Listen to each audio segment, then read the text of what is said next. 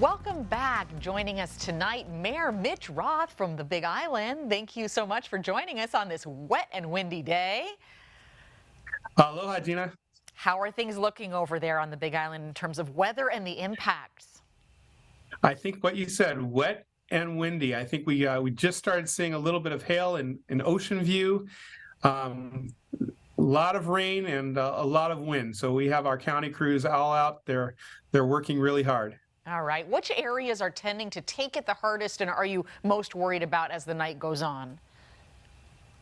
Well, on the southwest side, so Kona and Ka'u is where we're really expecting the wind and rain to come through.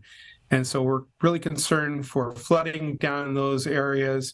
But really, the whole island is expected to get a little bit of wind and a little bit of rain, or actually a lot of bit of rain and a lot of bit of wind. You've just went through preparedness for disasters of a different kind with all of the lava, but it's a little bit of a 1-2 punch. How are folks on the island hanging in there in terms of getting to work today? Thank goodness, generally no school today.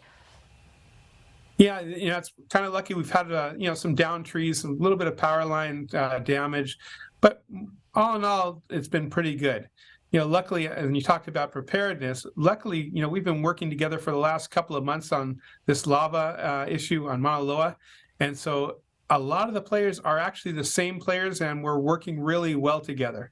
Great. All right, let's shift over to lava then. We just had an exciting few weeks. Unfortunately, the scenic part of it stopped all too soon.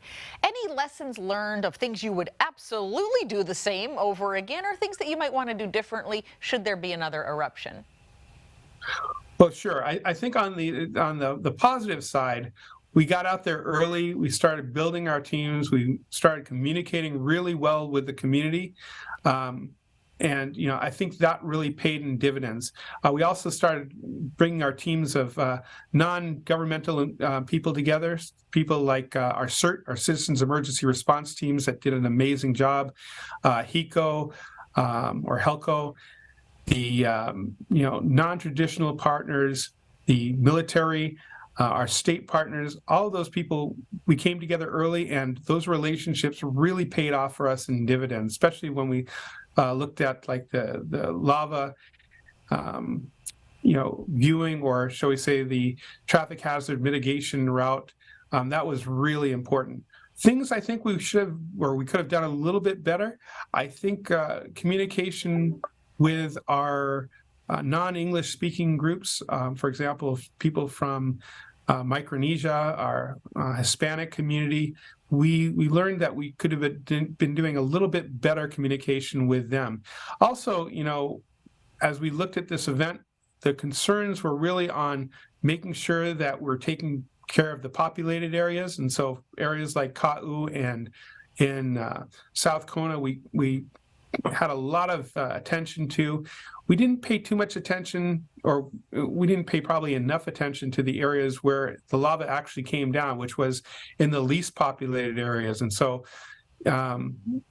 we had to kind of build the plane in the air as we looked at the traffic mitigation hazard area and started thinking about those things after we closed the highway. And so maybe thinking about those things in advance may have helped us out a little bit to get it done quickly.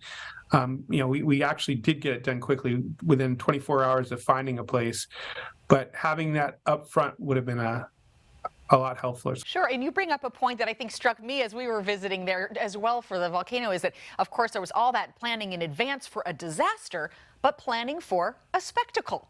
It really turned out to be such a scenic thing and something to accommodate visitors and locals and welcome people and spread the word immediately that this time it's safe, please come.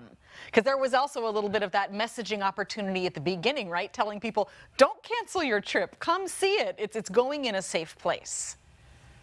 The funny thing is I did a couple of national news, and they were trying to put doom and gloom, and it really wasn't a doom and gloom event. And so, we wanted to make sure that people realized that this was a great time to be in Hawaii. It was totally safe. And so that was maybe something else that we could plan for in advance, is that if it's not in putting people in danger, then it may actually be something where we want people to come and enjoy it. All right. Well, thank you, sir. Well, we look forward to speaking with you here again next month on your monthly visits to chat with the mayor. All right, Gina. Happy holidays to everyone, and we'll see you next time. Happy Aloha. holidays to you. Aloha.